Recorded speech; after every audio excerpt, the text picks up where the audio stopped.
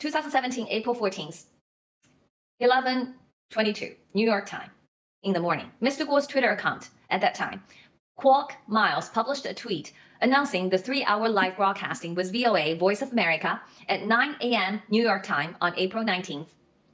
And then, an hour later, VOA published an advertisement on its website claiming that the live interview would last about 3 hours and be held at an undisclosed location due to safety concerns. I actually do have that advertisement, but it's in Chinese, so I'm not going to play.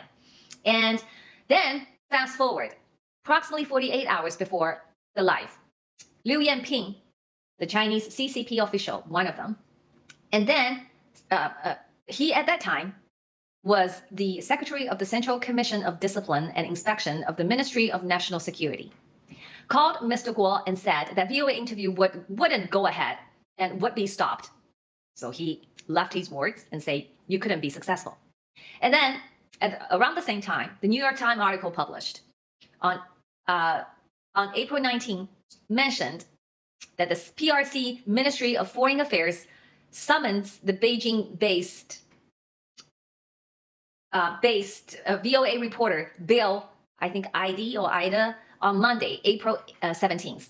So an article published on April 19th mentioned on April 17th, on Monday, that the CCP Ministry of Foreign Affairs summoned the VOA reporter Bill ID. Bill ID or Ida is not a regular reporter. He is the director of the VOA in China.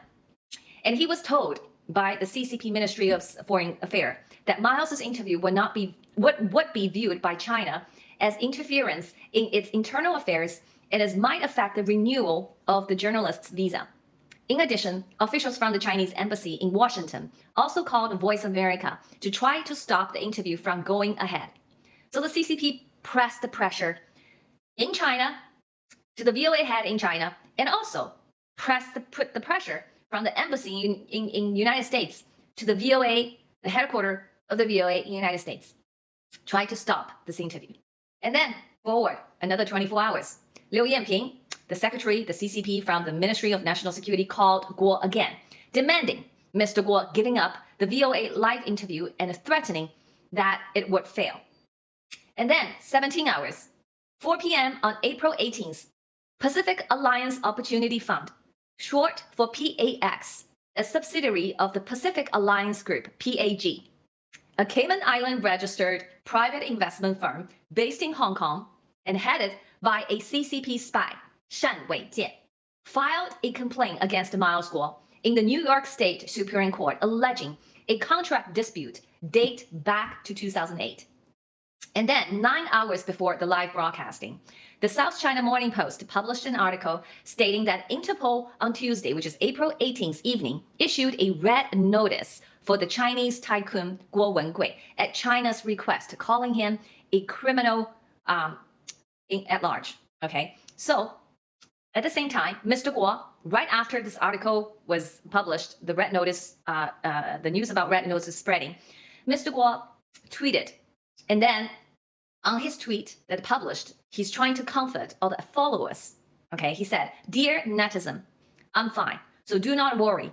I just finished a meeting and I'm going to rest because that's already very late. The next day he has to get up to go to the interview. I have several business meetings tomorrow. I understand and very much appreciate your concerns.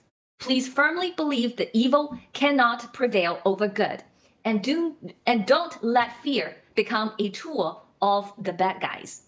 So that's a very short tweet that he sent it out right after the red notice was issued. And then 6 hours prior to the interview, the Ministry of Foreign Affairs of the CCP held its regular press conference in which the spokesperson named Lu Kang responded to a reporter's question and confirmed that the Interpol had issued the red notice for the criminal suspect Guo Wengui. Okay, so now this is 4:19 in the morning at 9 a.m. The VOA live interview started as planned, but about an hour and 10 or 15 mark, it was abruptly ended by Voice America when Mr. Guo was about to reveal the truth about the HNA group, Hainan Airline Group, a Chinese conglomerate, and the HNA's owner, Wang Qishan, who at that time is the vice president of China. And during the interview, there's altogether, VOA had two hosts. One of the hosts, Dongfang, he actually mentioned in the first an hour, he mentioned that the director of VOA Beijing branch was summoned 2 days ago by the PRC, Ministry of Foreign Affairs. And the New York Times later confirmed this report. So this is the 100-some hours from the public information that Miles Guo has shared with his followers. I've put them all together.